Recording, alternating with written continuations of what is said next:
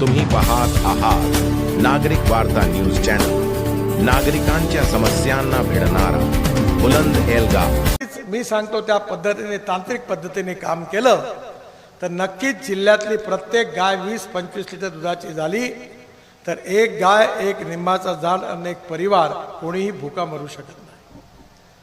काळाच्या ओघामध्ये तंत्रज्ञान शिकलं पाहिजे। मी केवळ प्रयोग करून बोलणाऱ्यापैकी नाही आहे। माझ्याकडे यावेळी माझी पत्नी शेती बघते। 85 टन एकरी ऊस झाला आणि सोयाबीन 11 क्विंटल झाला। पहिले 5 क्विंटलच्या वरती नव्हता। दूध भेटत नाही कारण दुधाचं प्रोसेसिंग करण्याचा जोपर्यंत तुम्ही करणार नाही तोपर्यंत रेट मिळणार नाही। आज आपल्या इथे आपल्या पवनीमधला आपले दुधाच्या डेअरीवाले कोण आपले विलास काठी काय त्याचं एक पूर्णा नावाचं दही होतं। मी नागपूरला ते दही वापरलं। आमच्याकडे मदर डेअरीचं दूध येतं, दही येत होतं, त्याला भरपूर सेल मिळाला। जोपर्यंत श्रीखंड, रसगुल्ले, पनीर, चीज बनवणाऱ्या आधुनिक फॅक्टरी इथे सुरू होणार नाही केवळ दुधावर काही होणार नाही। आणि पशुखाद्य जे आहे त्याच्याही मध्ये गाईला चांगलं पशुखाद्य मिळालं पाहिजे, म्हशीला। आणि म्हणून आपल्या इथे आपण फॉर्म्युला शोधला आहे की आपल्या भागामध्ये तणस आहे, राई सस आहे, कोंडा आहे, थोडी सोयाबीनची ढेप, सरकीची ढेप, जवसाची ढेप आणि हे सगळं टाकून स्वस्तात 18 ते 20 रुपये किलोमध्ये प्रोटीनयुक्त पशुखाद्य आपण तयार केलं। त्याच्या 5 फॅक्टरी आपण आता टाकतोय आणि पशुखाद्य चांगलं असेल तर दूध चांगलं मिळणार आहे। आणि त्याचबरोबर आपल्या इथेच भंडारा नागपूर जिल्ह्याच्या याच्यावर डॉक्टर निमकर आहेत मौद्या भागात, त्यांनी 600 एकर नेपियर ग्रास लावलाय आणि सगळ्या शेतकऱ्यांना ते गवत, हिरवं गवत वर्षभर मिळतं। फार्मर प्रोड्यूस कंपन्या निघालेल्या आहेत आणि ते जे गवत आपण स्टोअर करतो ते प्लास्टिकच्या याच्यात बांधून ठेवतात आणि वर्षभर हिरवं गवत जनावरांना मिळू शकतं। पण आपण तंत्रज्ञानाचा फायदा घेतला पाहिजे। आता माझ्याकडे 85 टन ऊस का झाला?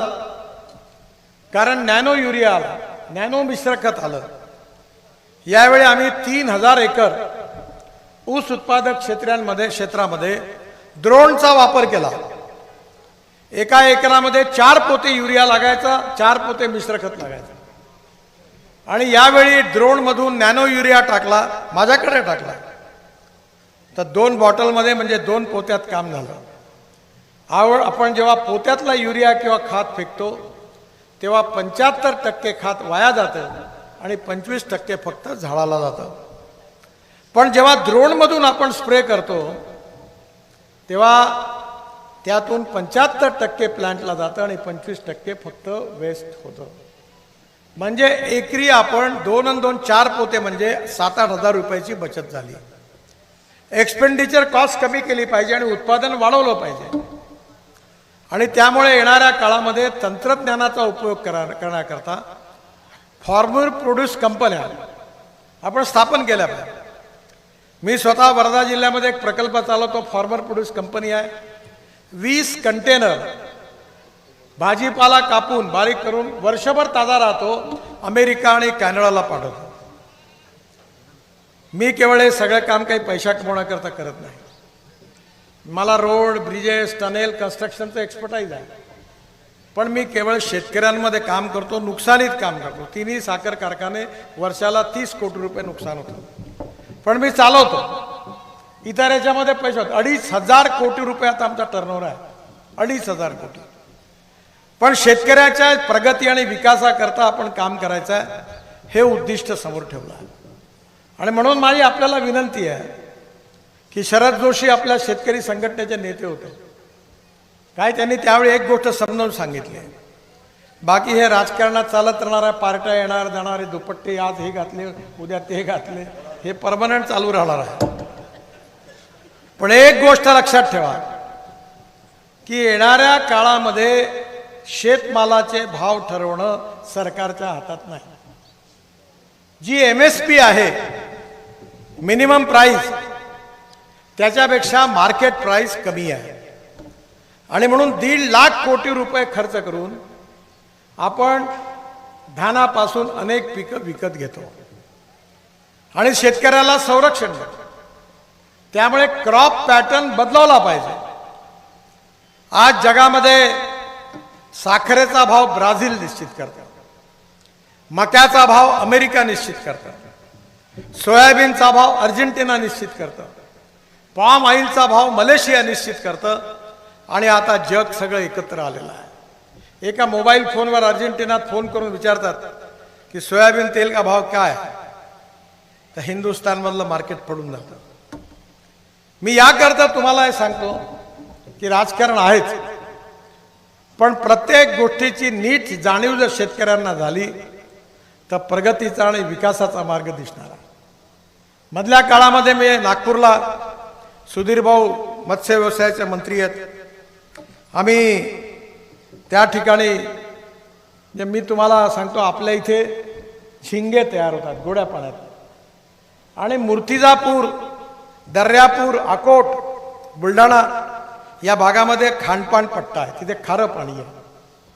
तर मी महाराष्ट्र सरकारला विनंती केली, मदत केली, आंध्रचे उद्योगपती बोलावले, व्हेटरनरी युनिव्हर्सिटीत मोठा कार्यक्रम झाला आणि मी सांगितलं की गोड्या पाण्यातले आणि खाऱ्या पाण्यातले झिंगे आपण तयार करू.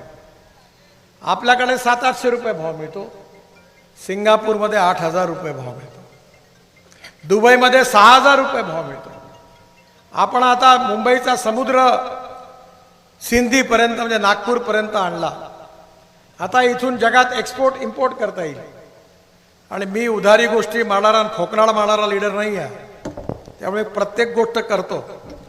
मी आता 40 कंटेनर फिश मी प्रयोगात खातर तिची किंमत असेल कदाचित 5-7 कोटी असेल, 10 कोटी, ती घेतली विकत गोव्यातून आणि सर्बिया नावाच्या देशात एक्सपोर्ट केली.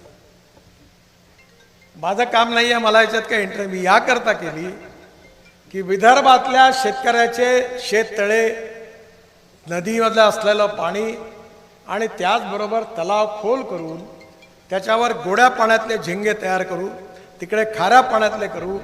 ही ब्ल्यू इकॉनॉमी 7.5 लाख करोड रुपयाची होऊ शकते. मी स्वतः शिपिंग मंत्री होतो, त्यावेळी एक ट्रॉलर तयार केलं, 1.5-1.25 कोटी रुपयाचा आहे आणि 300 ट्रॉलर मी श्रीलंकेमध्येच्या हद्दीत घुसून जे तामिळनाडूचे मच्छीमार जात होते त्यांना दिलं. आपली जी फिशिंग बोट आहे ती 10 नॉटिकल मैल जाते आणि म्हणून मी ट्रॉलर तयार केलं, ते 100 नॉटिकल मैल जातं. त्यामुळे जवळचे जे मासे होते लहान लहान ते लोक पकडायचे आणि दूरचे मासे म्हातारे होऊन जायचे, मोठे मोठे तरी कोणी पकडत नव्हते कारण ते जातच नव्हतं कोणी. आणि आता आपण ट्रॉलर सुरू केलं. आपण फिशिंगमध्ये, ॲनिमल हजबंड्रीमध्ये मी स्वतः खूप इंटरेस्ट घेतला आणि दोन्ही मंत्र्यांबरोबर खूप मिटिंगा केल्या, नवीन पॉलिसी आणली. पण इंग्लिशमध्ये एक म्हण आहे, you can take horses up to the water, you cannot make mandatory to drink the water. आपण घोड्यांना पाण्यापर्यंत नेऊ शकतो पण त्यांना जबरदस्तीने पाणी पिऊ शकत नाही. त्यामुळे येणाऱ्या काळामध्ये फार्मर प्रोड्यूस कंपन्या तुम्ही काढा. या बाबतीमध्ये बेंडे असतील, फुकेजी असतील, शिवरामजींना मी सांगेन दुधामध्ये त्यांनी प्रकल्प टाकावा मोठा, मी सगळी मदत करतो. आणि या काळामध्ये आपण जर हे उत्पादन वाढवलं तर या ठिकाणी आता राईस मिलची पण आर्थिक अवस्था चांगली नाही आहे, वर्षभर काम मिळत नाही. आपण आता इथेनॉल आणलं आणि इथेनॉल आणताना ब्रोकन राईस पासून आपण इथेनॉल तयार करायला सुरुवात केली. मी स्वतः इंटरेस्ट घेऊन उमरेडजवळ आमचा जिथे सॉल्व्हंट प्लांट आहे आणि पॉवर प्रोजेक्ट आहे तिथे 4 लाख लिटर पर डे असं इथेनॉलचा प्रकल्प टाकलेला आहे आणि 2 लाख लिटर प्रकल्पाचं उद्घाटन पुढल्या महिन्यात होणार आहे. 600 टन म्हणजे जवळपास 60 ट्रक तांदूळ रोज आम्हाला पाहिजे. आणि म्हणून आज येणाऱ्या काळामध्ये आपल्याला आता इथेनॉल तयार करायचं. मला वाटतं परिणय फुके काहीतरी इथेनॉल तयार करायचं ठरवत होते इथे. मेंढे साहेबही करणार होते. आणि आता एवढे महत्त्वाचे की तुम्ही जेवढे बसले आहात, ज्यांच्याकडे पेट्रोलची गाडी आहे, ज्यांच्याकडे स्कूटर मोटरसायकलमध्ये जे पेट्रोल टाकतात, तुमच्या सगळ्यांच्या पेट्रोलमध्ये आम्ही तयार केलेलं 20% इथेनॉल आहे. आणि या देशातला शेतकरी केवळ अन्नदाता नाही, हा ऊर्जादाता झाला पाहिजे. आता ऊर्जादाता नाही तर मी हरियाणा आणि पंजाबमध्ये परळी म्हणतात, ते हिंदीत परळी, तुम्ही त्याला तणस म्हणता, राईस स्ट्रॉ, त्याच्यापासून बिटुमिन डांबर तयार झाला आहे. 150 टन डांबर.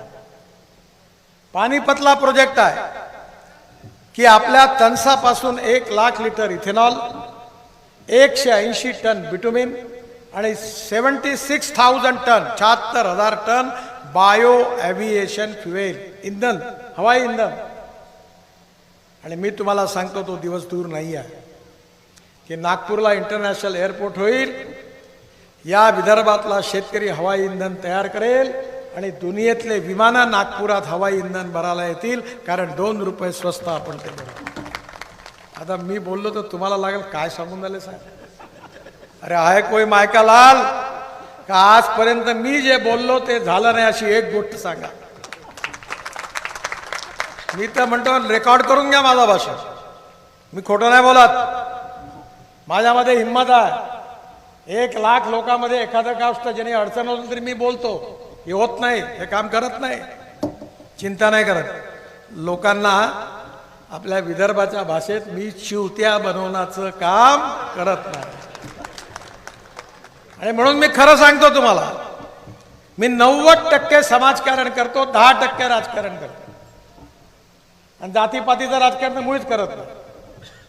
मी यायला सगळ्याला बजावून दिलं का जो करेगी जात की बात उसको कसके पडेगी लात. जे निवडून येत नाही काम केल्यावर ते आपल्या जाती सांगतात. माणूस हा जातीने मोठा नाही आहे, माणूस हा गुणाने मोठा आहे. या समाजातली जातीयता, अस्पृश्यता समूळ नष्ट केली पाहिजे आणि सामाजिक समता प्रस्थापित केली पाहिजे. माझ्या डेअरिंग आहे. 15,000 मुसलमानासमोर ताजबागमध्ये मी सांगितलं, याद रखना, प्युअर चड्डीवाला हो, वोट देना है तो दो, नहीं देना है तो मत दो. जो देगा उसका भी काम करूंगा, नहीं देगा उसका भी काम करूंगा. आणि म्हणून मी तुम्हाला सांगतो की जरा आपली जशी ते बैलाची चाल असते ना, ती बदलवला पाहिजे, थोडं समजून घेतलं पाहिजे. आणि आता माझ्याकडे एक इनोव्हा गाडी आहे टोयोटाची, ज्याला असं संशय ते घेऊन येत त्याला माझ्याकडे. तेच गाडीमध्ये मी फिरत होतो. 100% शेतकऱ्यांनी तयार केलेल्या इंधनावर चालते आणि 60% वीज तयार करते. आणि तिचा पेट्रोलच्या ॲव्हरेजमध्ये तुलना केली तर तिचा दर येतो 25 रुपये लिटर. नागपूरलाही आहे आणि दिल्लीलाही आहे. ज्याला संशय असेल तो येऊन जाऊन एक चक्कर मारून घ्या आणि समजून घ्या. माझ्याकडे 2 दिवसापूर्वी बजाज कंपनीचे मालक आले होते, स्कूटरवाले. त्यांना मी इथेनॉलवरची स्कूटर बाईक तयार करायला सांगितली. मीच मंत्री आहे ट्रान्सपोर्टचा. हिरोची झाली, TVSची झाली, ऑटो रिक्षा झाली, आता CNG वरची पण झाली. ते म्हणे तुम्ही लॉन्च करायला मला वेळ द्या. म्हटलं तर इलेक्शनमध्ये आता तर वेळ नाही. आणि तुम्ही आता आजपासून 2 महिन्याच्या आत तुम्ही देवाडाला या, तुम्हाला सगळ्याला उद्घाटनाला बोलवीन. हा जो तणस आहे ना, याच्यापासून आम्ही बायो CNG तयार करायचा प्लॅन टाकला. आणि तुम्ही जो बायो CNG तयार झाला आणि तुमचे ट्रॅक्टर जर त्याच्यावर तुम्ही कन्वर्ट केले तर 1 लाख रुपये वर्षाची बचत होणार आहे. डिझेल करता 100 रुपये तर CNG करता 50. हे खूप मेहनत जरी केली तरी यातून चित्र बदलणं खूप कठीण आहे. मी जे खरं आहे ते तुम्हाला सांगतो. पण आता अन्नदाता नाही, ऊर्जादाता झाला पाहिजे. तुमच्या भंडारा जिल्ह्याला जेवढी वीज लागते तेवढी मी तयार करतो. 380 मेगावॅट आणि ही वीज शेतकरी तयार करतात. ग्रीन आहे. आणि आता त्यातल्या 270 मात्र कोळशापासून आहे. त्यामुळे आपला शेतकरी अन्नदाता नाही, ऊर्जादाता झाला पाहिजे. ऊर्जादाता नाही, बिटुमिन डांबरदाता झाला पाहिजे. डांबर नाही, हवाई इंधन दाता झाला पाहिजे. मी स्वतः स्पाइस जेटचं विमान डेहराडूनवरून दिल्लीला आणलं आणि शेतकऱ्यांनी तयार केलेलं bio aviation fuel, sustainable aviation fuel, हवाई इंधन त्यात टाकलं. मला जेट एअरवेजचा मालक माझा मित्र आहे, त्यांनी मला सांगितलं कि मेरा हवाई जहाज बिगड़ गया तो क्या होगा. मैंने बोला भंगार में डालना, तेरे बहुत काम किए, कभी पैसे लिए क्या, साला एक मेरे नाम पे लिख देना. काही झालं नाही. पूर्ण स्पाइस जेटचं विमान आलं आणि आता टाटाचं एअर आशियाचं विमान शेतकऱ्याच्या हवाई इंधनावर तेही पण यशस्वी चाचणी झाली. आणि 2 वर्षापूर्वी 26 जानेवारीला फायटर जेट आणि हेलिकॉप्टर 100% बायो एव्हिएशन फ्युएलवर चालली. आणि म्हणून प्रगत तंत्रज्ञानाला स्वीकारलं पाहिजे. माझ्याकडे हायड्रोजनची गाडी आहे. मी स्वतः त्या गाडीत दिल्लीत फिरतो. पाण्यापासून हायड्रोजन तयार होईल, बायोमासपासून तणस, सोयाबीनचं कुटार, तणस, पराठ्या, तुराट्या याच्यापासून हायड्रोजन तयार होईल. हायड्रोजन भविष्य आहे, भविष्याची फ्युएल आहे. कोळशाच्या ऐवजी हायड्रोजनचा वापर होईल. आणि आता मला विश्वास आहे की टाटा आणि अशोक लेलँडनी IC इंजिनवर हायड्रोजनवर चालणारे ट्रक लॉन्च केले आहे. कोळशापासून तयार होणारा मिथेनॉल, मी स्वतः अशोक लेलँडचा ट्रक मी लॉन्च केला बंगलोरमध्ये. कर्नाटकमध्ये 25 बसेस 20% मिथेनॉल टाकून चालल्या. जहाजामध्ये आता आलाय. काळाच्या ओघात बदललं पाहिजे. नवीन रोजगार निर्माण केले पाहिजे. गाव गरीब मजदूर शेतकऱ्याचं कल्याण केलं पाहिजे. गावात रस्ते चांगले झाले पाहिजे. मला आता माझ्याजवळ मोठी लिस्ट आहे. मी 10,000 कोटी रुपयाची कामं करतोय. वैनगंगेवर मोठा पूल झाला 650 कोटीचा. महाराष्ट्र छत्तीसगड 424 कोटीचा 80 किलोमीटर रस्ता झाला. लाखनीमध्ये 6 पदरी पूल बांधला 355 कोटी. साकोलीला पूल बांधला 360 कोटी. भंडारा खात घोटीटोक 40 किलोमीटर 400 कोटी. साकोली लाखांदूर वडसा 300 कोटी. मनसर रामटेक सालई खुर्द 425 कोटी. सालई खुर्द ते तिरोडा 43 किलोमीटर 380 कोटी. साकोली ते आरमोरी हे एक छोटं पॅकेज आहे. आणि भंडारा बायपासचं बांधकाम किंमत 816 कोटी. 82% काम पूर्ण झालं का मेंढे साहेबांनी मागणी केली होती. भंडारा जिल्ह्याला 900 कोटी रुपयाचा रिंग रोड दिला. त्याच्यानं नीलज फाटा ते पवनी इथे तर मी म्हणलं फॉरेस्टवाला ठोका म्हणून 5 वर्ष काम त्यांनी बंद ठेवलं. पण भंडारामध्ये मर्दांची कमी आहे का? काही सुस्ती करू नका. जो न्याय देत नाही त्याला ठोका. हे 5 वर्ष काम अडकलं. आता ते काम जवळपास 95% पूर्ण झालं. पुन्हा नवीन एक काम झालं. आणि आता सगळ्यात महत्त्वाचं काम म्हणजे जे मी मंजूर केलं सुनीलजींच्या म्हणण्या खातर, हे होत नव्हतं काम, त्यांच्या आग्रहा खातर मंजूर केलं. आणि ते काम म्हणजे भंडारा तुमसर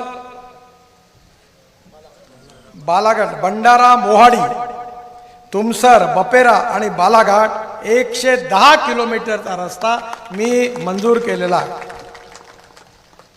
आणि त्यामध्ये महाराष्ट्रात 55 किलोमीटर आणि मध्य प्रदेशमध्ये 55 किलोमीटर आहे.